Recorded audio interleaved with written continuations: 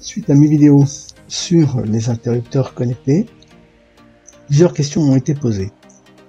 Je vais essayer de répondre à ces questions à travers cette vidéo. Comment fonctionne l'application Helsinki? Je vais commencer donc par ouvrir l'application. Je vais vous montrer comment mettre une minuterie sur un interrupteur. Par exemple, si je prends le couloir du haut, l'interrupteur couloir du haut, j'appuie sur les trois petits points, je vais dans paramètres d'impulsion, voilà, ici j'ai impulsion, je ne le vois pas, mais il y a un petit bouton impulsion. Donc là, je choisis, donc là je vais activer l'impulsion, voilà. Je choisis la durée, donc on va laisser 10 secondes, je fais enregistrer, enregistrer, voilà, je sors, alors il est 58, si j'appuie sur le bouton, il n'est pas allumé,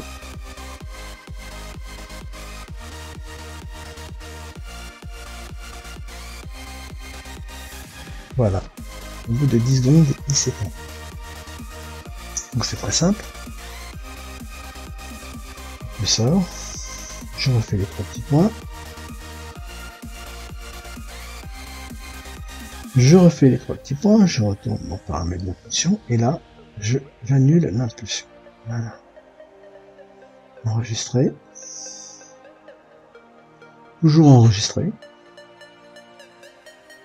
Là, ici, et voilà.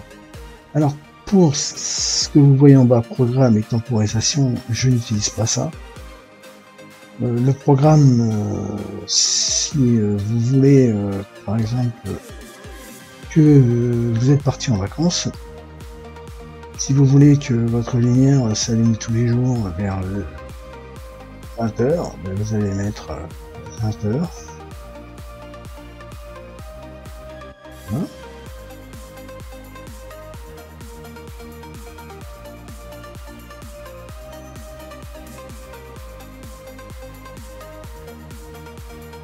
Répétez une fois, là vous mettez de tous les jours,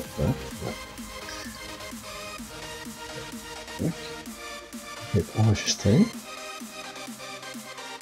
L'action, c'est que ça s'allume, enregistrer, enregistrer. Enregistrer. Et donc là tous les jours à 20h, l'interrupteur, mon appli numéro 1, va s'allumer.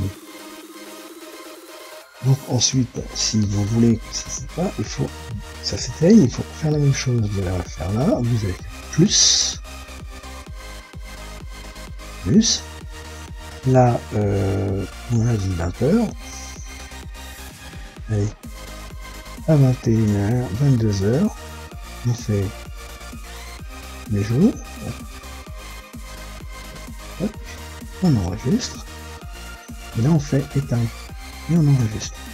On enregistre. Voilà. Donc là tous les jours on va allumer à 20h et on va éteindre à 22h. Donc, moi je n'utilise pas ça. Donc je vais tout désactiver. Pour les supprimer, on clique dessus. On fait effacer, continuer. On clique dessus, effacer, continuer. Voilà. Donc là par exemple on voit un message. Ça veut dire que le Freeword n'est pas à jour. Donc le logiciel n'est pas à jour sur l'interrupteur l'appli 2. Donc comment le mettre à jour? J'appuie sur les petits points. Curseur version, j'appuie sur la version. Voilà. Et là j'appuie sur mettre à jour, continuer, et j'attends. Mise à jour en cours. On attend.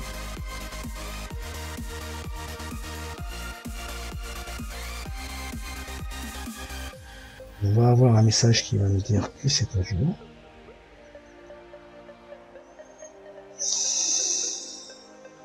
On attend.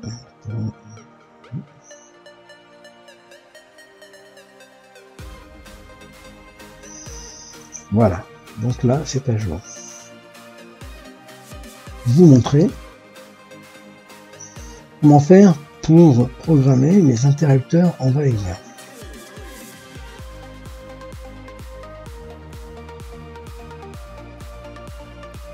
Pour cela, on va aller dans Scénario. Voilà. Comme vous pouvez voir, j'en ai plusieurs.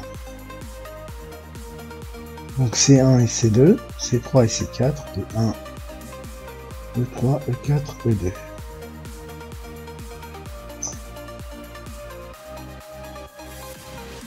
Comment créer un scénario? Il suffit d'appuyer sur plus. Par exemple, pour le scénario C1, je vais dire que si le couloir du haut est allumé, alors le couloir du bas est allumé. C'est que si j'allume le couloir en haut, je vais allumer l'interrupteur en bas. C2, si l'allumeur,